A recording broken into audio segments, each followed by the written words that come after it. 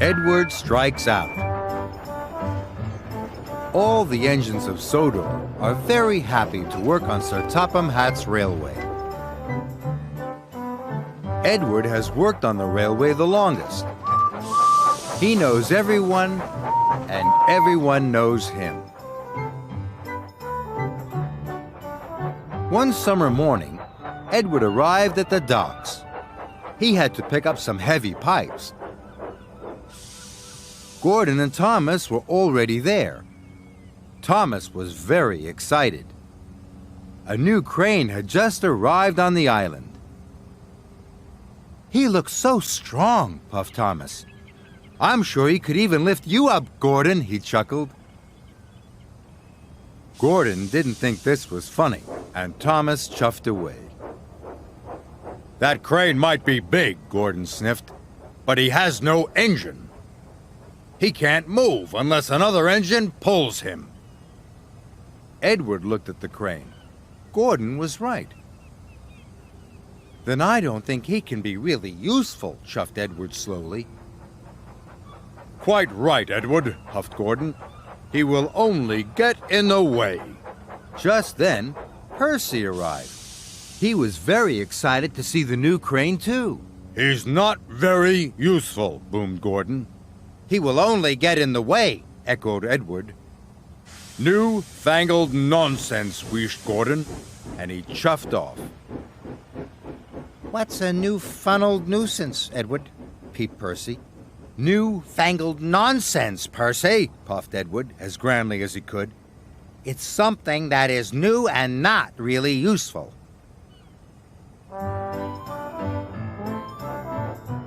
Edward's freight cars were right next to the new crane.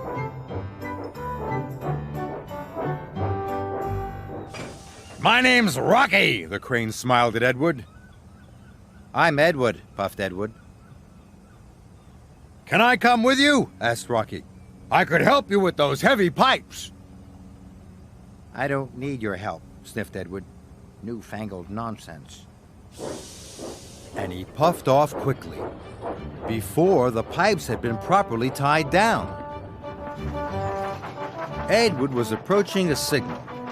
He was thinking about Rocky, and he was going too fast. Suddenly, the signal changed to red. Edward screeched to a stop, but the sides of the freight cars collapsed. Steel pipes toppled all over the tracks. "Bust my buffers!" puffed Edward. He looked at the heavy pipes and wondered what to do. Thomas had said Rocky was very strong. "Newfangled nonsense," huffed Edward, and he asked his driver to telephone for Harvey. Harvey puffed and chuffed as fast as he could to the rescue. Harvey started to move the pipes, but the pipes were heavy. He could only lift them one by one. "This is going to take me a very long time," gasped Harvey. Just then, Thomas and Emily arrived. They saw the pipes. "We have to get through," tooted Thomas.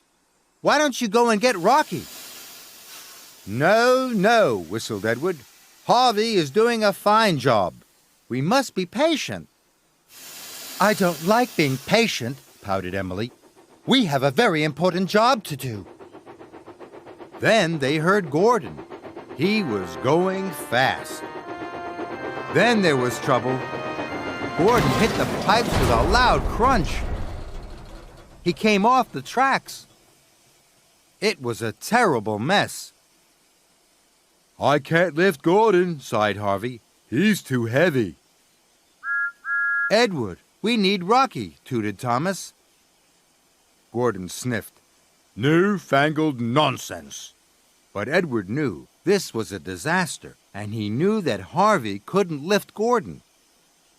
There was only one thing to do. "I'll go and get Rocky," Edward wished, and he raced off. Edward steamed into the docks.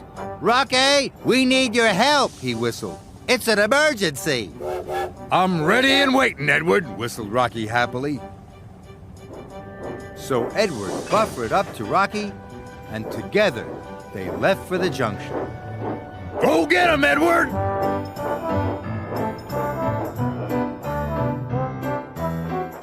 Edward pulled Rocky up hills and down valleys.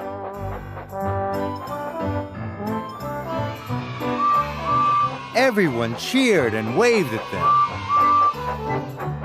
Edward felt very proud to be pulling the newest arrival on Sodor.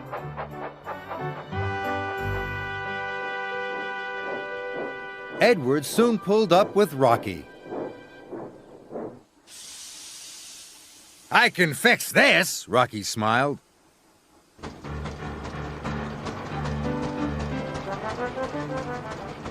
And with his mighty crane arm, Rocky lifted Gordon back onto the track.